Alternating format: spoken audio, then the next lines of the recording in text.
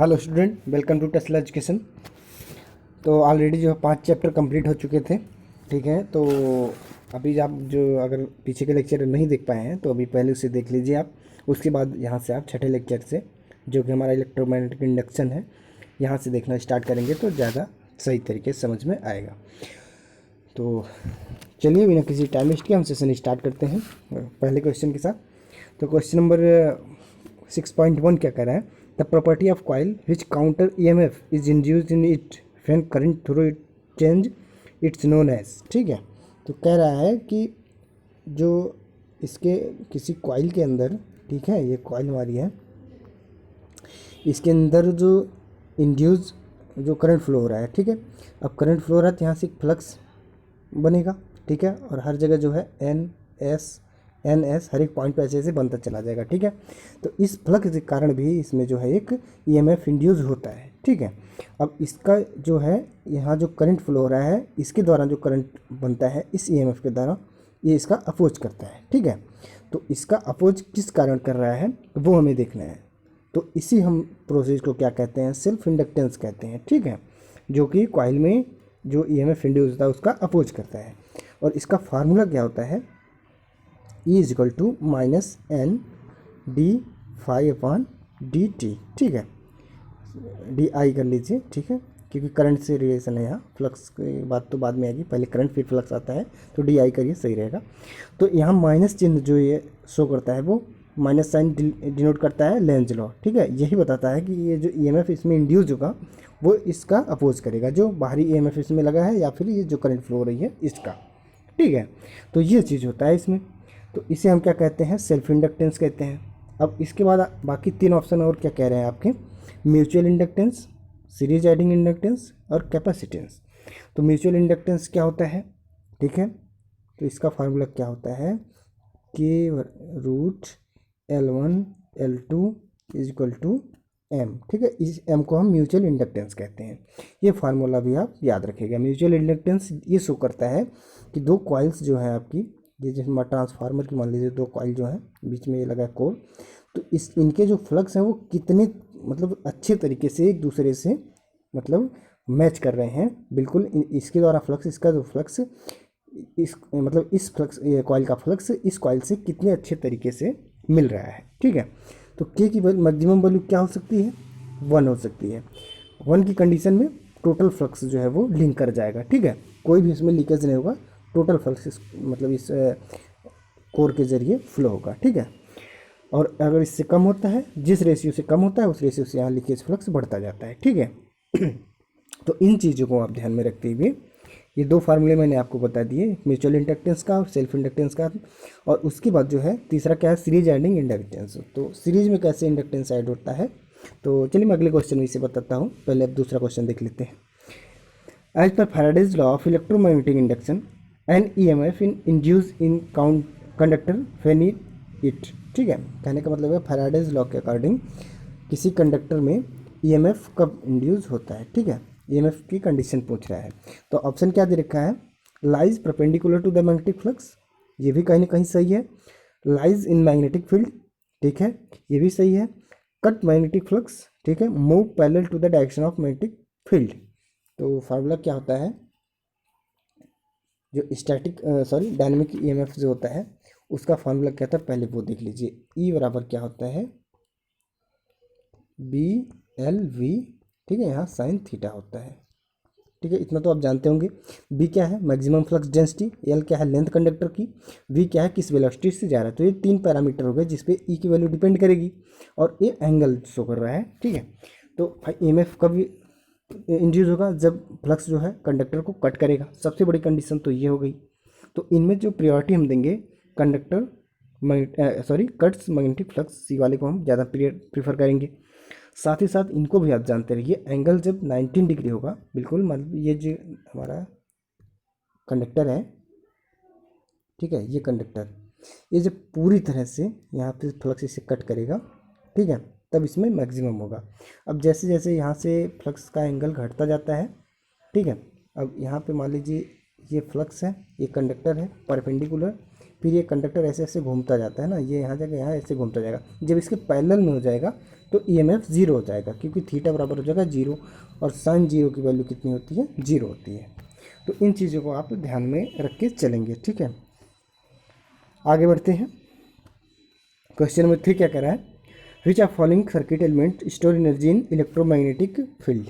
तो इनमें से ये कह रहा है कि इनमें से कौन सा एलिमेंट है जो मैग्नेटिक फील्ड में एनर्जी स्टोर करता है। Condenser, variable resistor, resistance, inductance, ठीक है।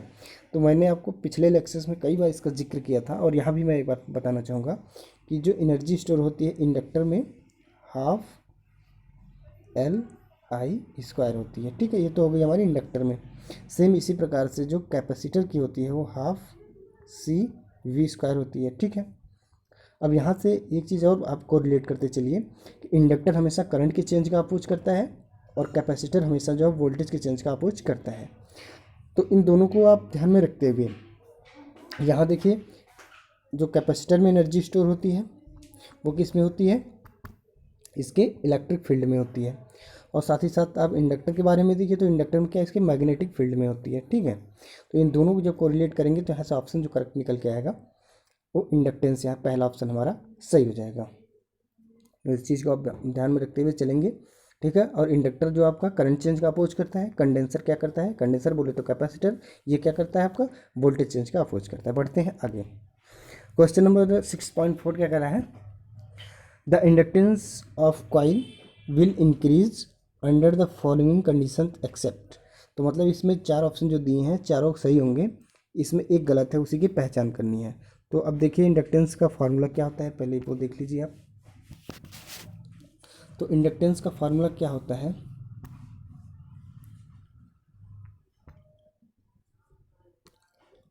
L is equal to mu zero mu r n square L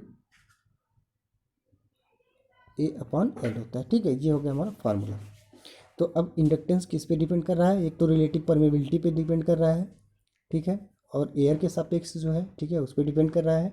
अब इन दोनों को छोड़ दिया जाए तो फिर कंडक्ट जो हमारे टर्न्स हैं जितने, उसके स्क्वायर के डायरेक्टली प्रोपोर्शनल है, और एरिया के डायरेक्टली प्रोपोर्शनल है, और लेंथ के जो है इन्वर्सली प्रोपोर्शनल। तो यानी इन्हीं तीनों पैरामीटर पे बेसिकली डिपेंड करेगा, एन पे, ए पे और एल पे। अब इनसे आगे बढ़ते हैं, ऑप्शन हम पढ़ते हैं।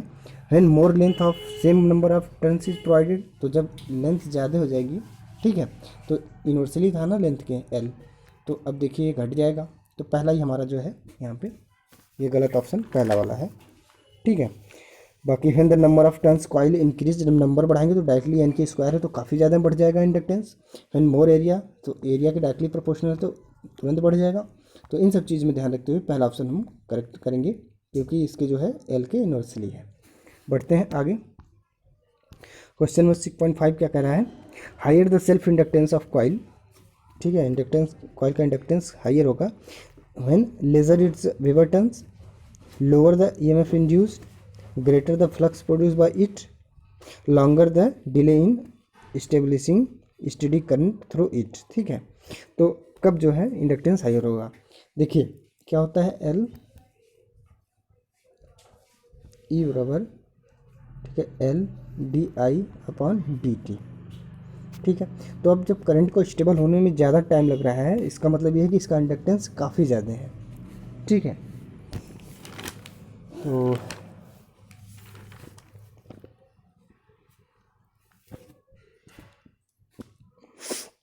और अब उसके बाद अगर ये वेबर टर्न्स जो हम करेंगे, वेबर टर्न्स का मतलब 5 × n, तो इससे देखिए एन के तो डायरेक्टली प्रोपोर्शनल हो गया, फाई के भी प्रोपोर्शनल हो गया, ठीक है।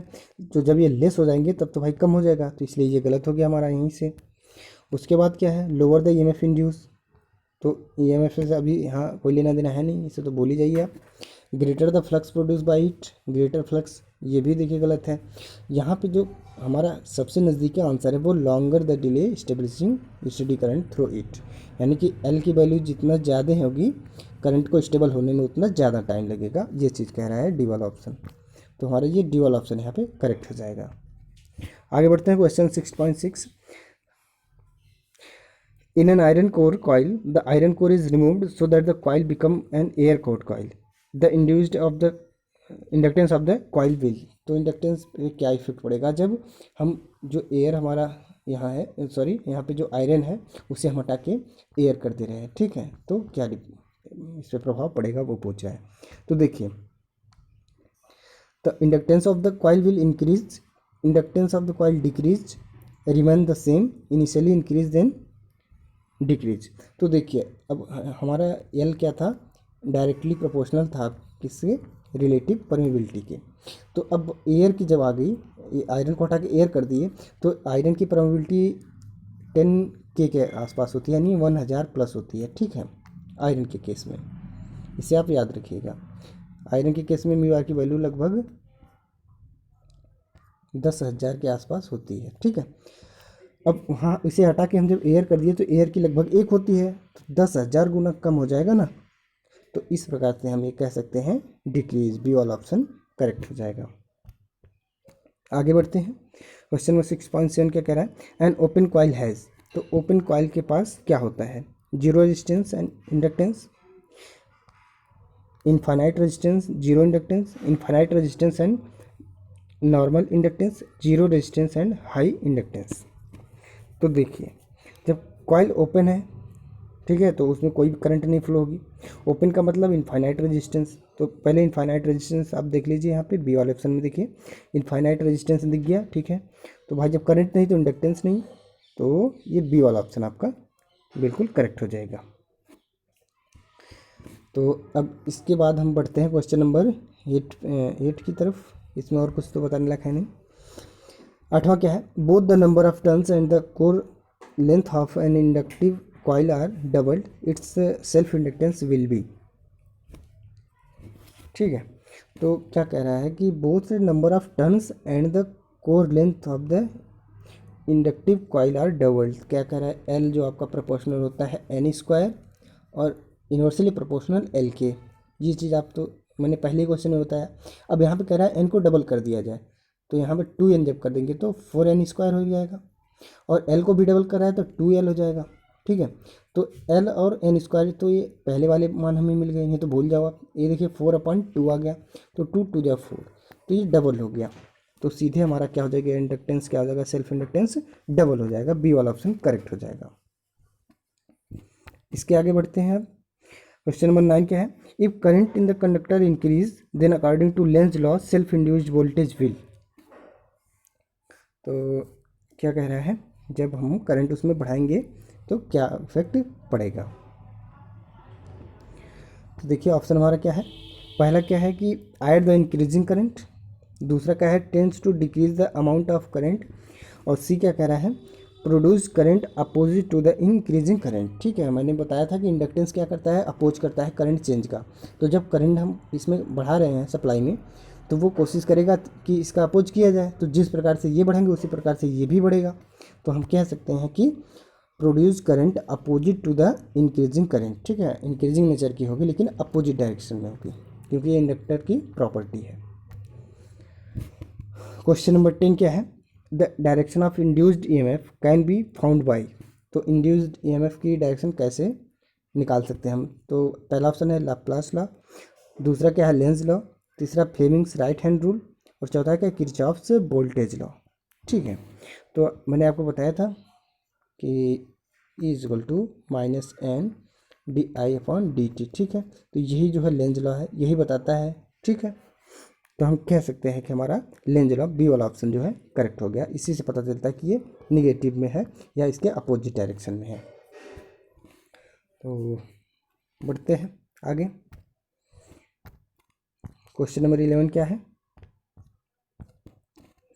Air core coil are practically free from hysteresis loss, eddy current loss, both A and B.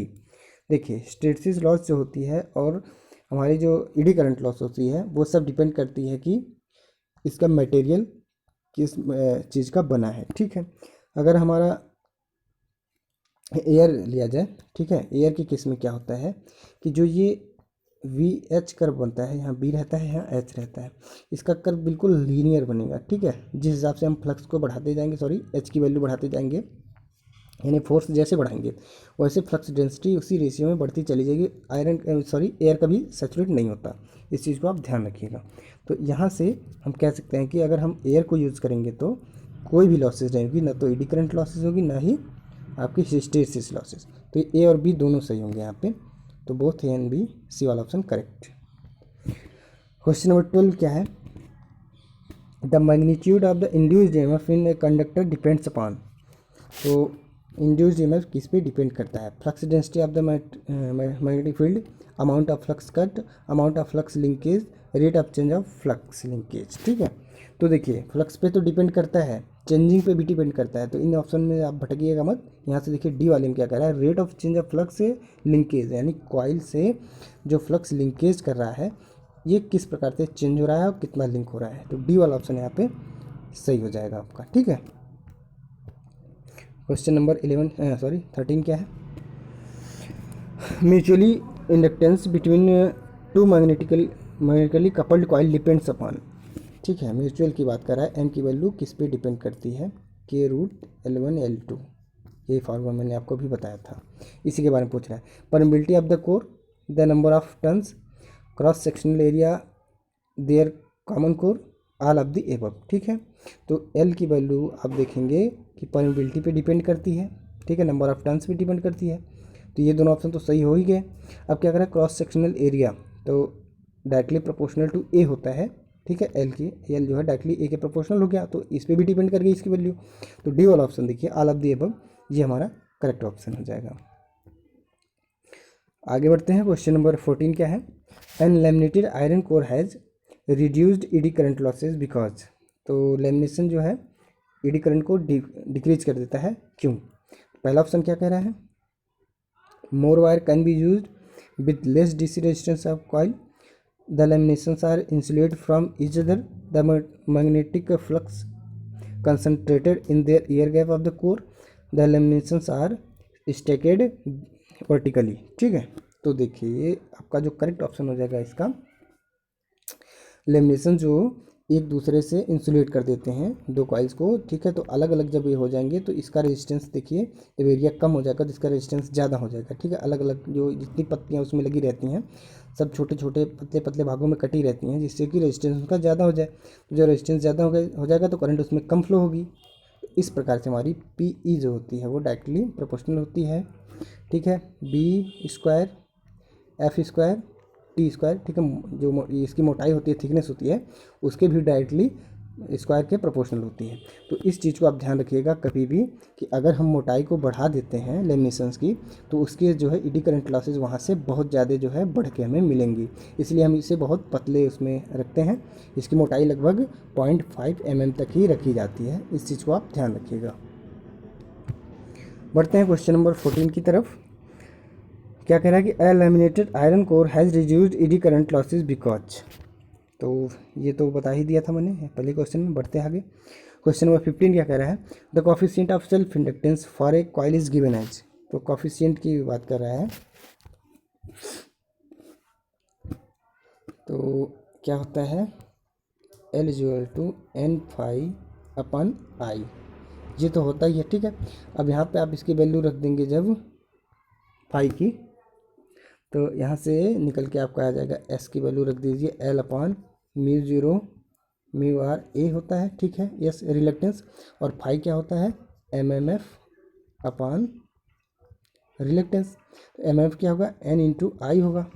तो यहाँ जो है एन आई अपॉन यहाँ L upon mu zero mu r A रख देंगे, तो इसका जो मल्टीप्लाई करके आएगा वो टोटल फार्मूला निकल के आ जाएगा एल का। लेकिन ये मल्टीप्लाई की बात किया है बस, तो इसका जो गुणांक होगा मल्टीप्लिकेशन फैक्टर वो एन फाइव अपॉन आई हो जाएगा। बी वाला ऑप्शन आपका करेक्ट रहेगा यहाँ पे। क्वेश्चन नंबर 16 क्या कह रहा है? The law that induced EMF and current always oppose the cause producing them is due to. ठीक है, बढ़ते हैं ऑप्शन देखते हैं। Faraday's law, Lenz law, Newton's law, Coulomb's law. तो देखिए लेंज लॉ के अकॉर्डिंग हमें पता चलता है, ठीक है, कि इंड्यूस ईएमएफ जो है वो अप्लाई की गई ईएमएफ का विरोध करता है या अपोज करता है। ठीक है, बी वाला ऑप्शन सही है, छोटा सा क्वेश्चन था। तो आगे बढ़ते हैं, क्वेश्चन नंबर 17 क्या कह रहा है? Which of the following not unit of inductance. इन चारों में से कौन सी जो है इंडक्टेंस की यूनिट नहीं है? पहला क्या है, हेनरी, तो बिल्कुल करेक्ट ऑप्शन, हेनरी तो है ही।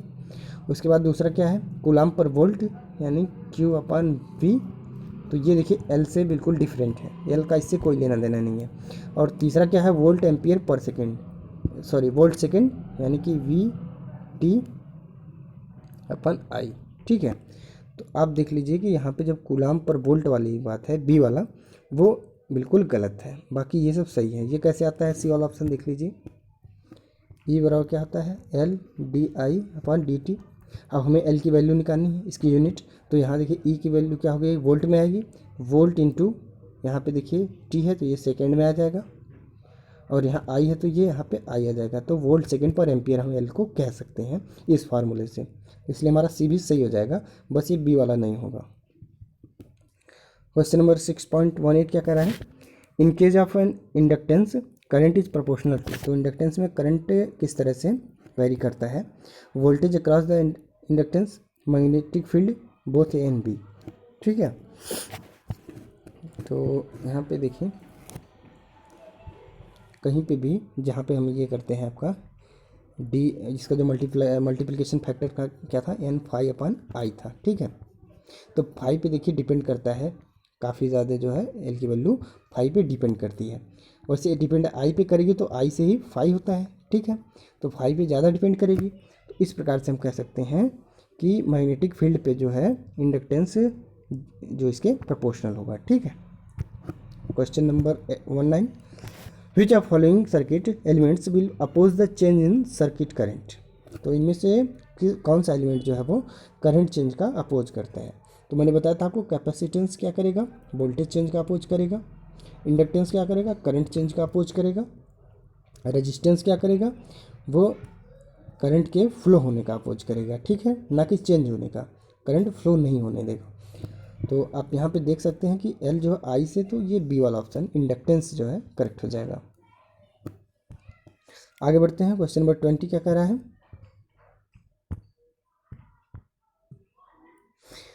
For purely inductive circuit which of following is true. तो प्योरली इंडक्टिव सर्किट के लिए कौन सा सही है, apparent power is zero, relative power is zero, actual power of the circuit is zero, any capacitance even if present in the circuit will not be energised. ठीक है, sorry charge. तो यहाँ से देखिए क्या होता है, फंडा समझिए आप। ये देखिए हमारा हो गया वोल्टेज, तो वोल्टेज से करंट कितनी लैग कर जाएगी, 90 डिग्री। ठीक है, ये होता है किसी भी इंडक्टर की प्रॉपर्टी होती है। ठीक है, एल की प्रॉपर्टी यही होती है कि करंट जो है वोल्टेज से लैग कर जाएगी। तो अब इसकी जब ट्रू पावर निकालेंगे हम, तो क्या होगी, V∗RMS into I∗RMS into cos phi. ठीक है, तो V की वैल्यू जो भी हो, I की वैल्यू जो भी हो, यहाँ तक cos फाई cos 90 डिग्री रखेंगे, जो एंगल बन रहा था हमें वोल्टेज और करंट में, तो 90 डिग्री यहाँ पर रख देंगे। तो cos 90 की वैल्यू कितनी हो जाएगी, जीरो। तो जीरो का मल्टीप्लिकेशन इसमें होगा तो सब कुछ ओवरऑल जीरो आ जाएगा। तो हम कह सकते हैं जो actual power of the circuit is zero, C वाला। ठीक है, एक्चुअल पावर, ट्रू पावर या रियल पावर पी को ही कहते हैं, और पी की वैल्यू जीरो। बढ़ते हैं आगे, क्वेश्चन नंबर 21 क्या कह रहा है, which of following unit is inductance. तो ओम, तो ये आपका रेजिस्टेंस की यूनिट हो गई, हेनरी इंडक्टेंस की यूनिट हो गई। ठीक है, एम्पियर टर्न किसकी यूनिट हो गई, एमएमएफ की। ठीक है, और वेबर्स पर मीटर हो गई किसकी, ये आपकी हो गई इसकी फ्लक्स की जो है तीव्रता कितनी है। ठीक है, फ्लक्स इंटेंसिटी की यूनिट हो गई वेबर, यानी 5/मीटर, जो कितने लेंथ पे कितने वेबर का हमें फ्लक्स मिल रहा है। तो यहाँ पे देख सकते हैं कि इंडक्टेंस की पूछा है तो हेनरी हमारा बी वाला ऑप्शन करेक्ट हो जाएगा। आगे बढ़ते हैं, question number 6.22, an EMF of 16 volts is induced in a coil inductance 4 henry, the rate of change of current must be. तो क्या कह रहा है, देखिए आपको ई की वैल्यू दे रखा है 16 वोल्ट, और क्या दे रखा है, इंडक्टेंस यानी एल की वैल्यू दे रखा है आपका 4 हेनरी। अब क्या पूछा है, rate of change of current must be. तो इतना वोल्ट जनरेट करने के लिए, ठीक है, कितने रेट से जो है करंट चेंज होनी चाहिए, जबकि उसका इंडक्टेंस जो है वो 4 हेनरी का है। तो 16 बराबर हम क्या लिख सकते हैं, 4 इंटू DI/dt फार्मूले से, क्योंकि ये बराबर -N di/dt होता है, बस इसी में आप वैल्यू रख दीजिए। तो यहाँ देखिए 4 को इधर लाइए तो यहाँ 4 हो गया, यहाँ di/dt यही हो गया आपका चेंज। ठीक है, चेंज रेट निकल गया यहाँ से 4 तो यहाँ 4 आ गया कट फिट के यहाँ से। फिर यहाँ पे देख लीजिए आंसर आपका 4 एम्पियर पर सेकेंड जो होगा वो करेक्ट हो जाएगा, डी वाला। बढ़ते हैं आगे, क्वेश्चन नंबर 23 क्या कह रहा है? The core of has a length of 200 mm and the inductance of the coil 6 millihenry. If the core length has doubled, all the quantities remaining the same, the inductance will be। क्या कह रहा है आपका कि जब 6 milli henry आपका inductance है, जब कोर की लेंथ क्या है 200 mm है, तो अब क्या कह रहा है कि कोर की लेंथ डबल कर दी गई यानी 400 mm कर दी गई, तब क्या होगा? तो देखिए अब इंडक्टेंस जो है इन्वर्सली प्रोपोर्शनल होता है लेंथ के, मैंने कई बार बताया इसे 1/, ठीक है, लेंथ हो जाएगा।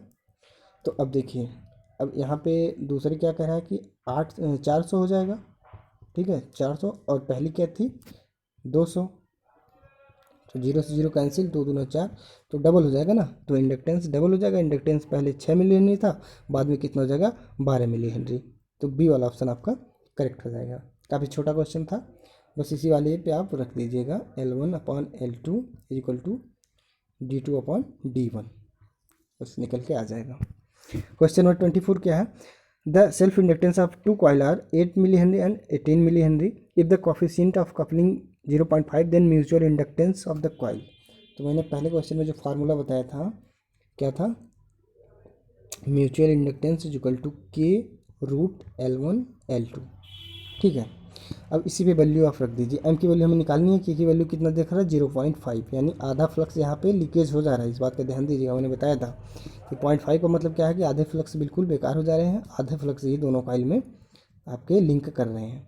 तो 0.5 इंटू दोनों की वैल्यू कितनी कितनी हेनरी रखी है आपकी 8 मिली हेनरी और 18 मिली हेनरी, तो √8 × 18, तो आप कैलकुलेशन आप करिएगा, ठीक है। तो आपका जो करेक्ट आंसर यहाँ से निकल के आ जाएगा वो आ जाएगा 6 मिली हेनरी, ठीक है। बढ़ते हैं आगे, क्वेश्चन नंबर 25 क्या कह रहा है? 2 coils have inductance of 8 milli henry and 18 milli henry, coefficient of coupling 0.6। if the 2 coils are connected in series, adding the total inductance will be। तो देखिए सीरीज और पैरेलल का पहले फार्मूला आप देखिए, जब सीरीज में कनेक्ट होते हैं तो L इक्वल क्या होगा L1 L2, ठीक है। मतलब जैसे रेजिस्टेंस में क्या होता था कि ये देखिए R1 + R2 + R3 ऐसे n तक ऐड हो जाते थे जब सीरीज में होता था, ठीक है। उसी प्रकार से इंडक्टेंस भी इसी तरह ऐड होगा, लेकिन जब बात आ जाएगी कैपेसिटेंस की तब क्या होगा 1/C = 1/C1 + 1/C2, ठीक है। इसका अपोजिट हो जाएगा, ये चीज़ तो आप जानते ही होंगे। उसके बाद देखिए इसमें क्या होता है सीरीज और पैरेलल का formula, L = L1L2 - 2m / L1 + L2 - 2m, ठीक है। ये m² रहेगा यहाँ पे, ठीक है, ये m² होता है। तो इसमें आप वैल्यू रखिएगा, m की वैल्यू आपको कितनी 0.5 दे रखा है, ठीक है। अब यहाँ पे ये चीज़ देखिएगा आप कि सपोज कर रहा है कि अपोज कर रहा है, तो यहाँ देखिए एडिंग लिखा है ना, तो एडिंग में क्या हो जाएगा कि यहाँ पे जो फार्मूला आपका है वो प्लस में आ जाएगा, ठीक है। यहाँ पे मतलब देखिए मैं साफ साफ फार्मूला लिख देता हूँ यहाँ पे L1 L2 plus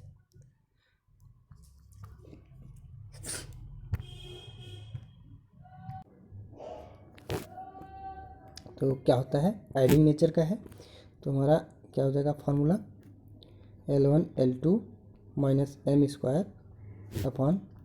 L1 + L2 - 2m हो जाएगा, ठीक है।